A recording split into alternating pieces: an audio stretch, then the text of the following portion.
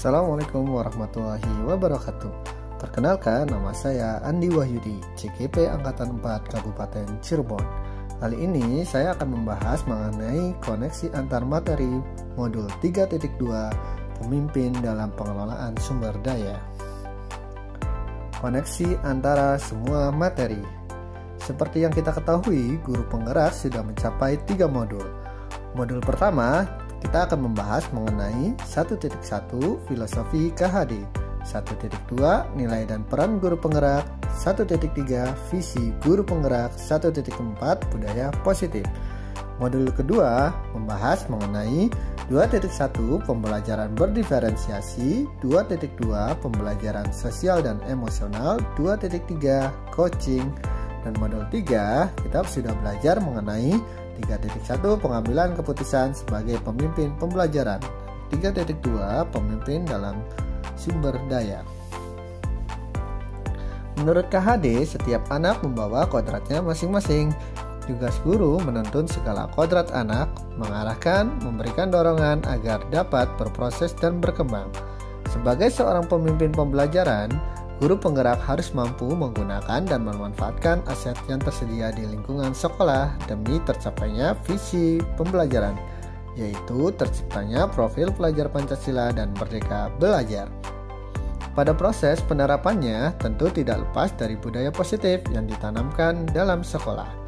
Pemanfaatan aset yang disesuaikan dengan proses pembelajaran yang dilakukan, yang artinya dalam pemilihan aset dalam proses pembelajaran perlu memperhatikan kebutuhan peserta didik dan kondisi sosial emosional dari peserta didik. Sama halnya dengan melakukan coaching, pemanfaatan sumber daya sekolah perlu dibiasakan agar dapat mengoptimalkan sumber daya yang ada di sekolah.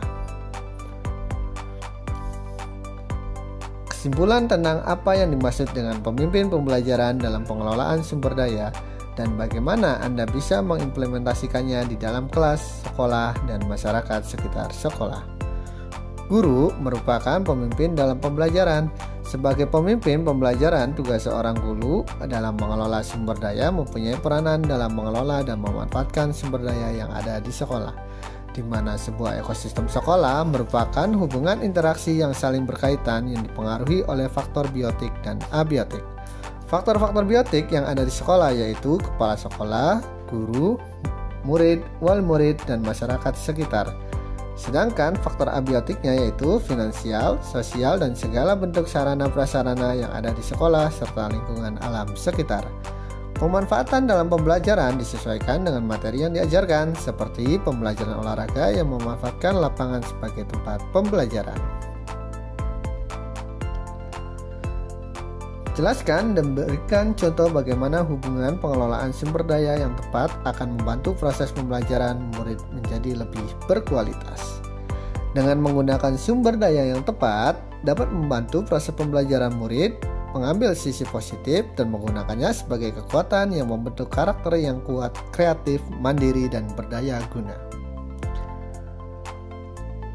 Bagaimana hubungan antara sebelum dan sesudah Anda mengikuti pelatihan terkait modul ini?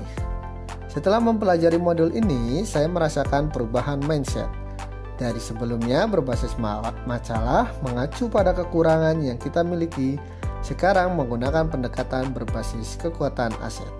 Saya mencoba mengelompokkan dan mengorganisasikan sumber daya di lingkungan sekolah serta memanfaatkan hal tersebut dalam pembelajaran dengan mengacu pada tahapan Bagja. Adapun prakasa perubahan yang saya buat adalah sebagai berikut dengan menggunakan Bagja seperti ini. B. Buat pertanyaan. A. Ambil pelajaran. G. Gali mimpi. C. Jabarkan rencana. Dan A. Atur eksekusi. Adapun pertanyaan dan tindakannya sudah terlihat jelas di presentasi kali ini. Oke, itulah rancangan koneksi antara materi 3.2 yang saya buat untuk modul 3.2. Terima kasih. Diakhiri. Assalamualaikum warahmatullahi wabarakatuh.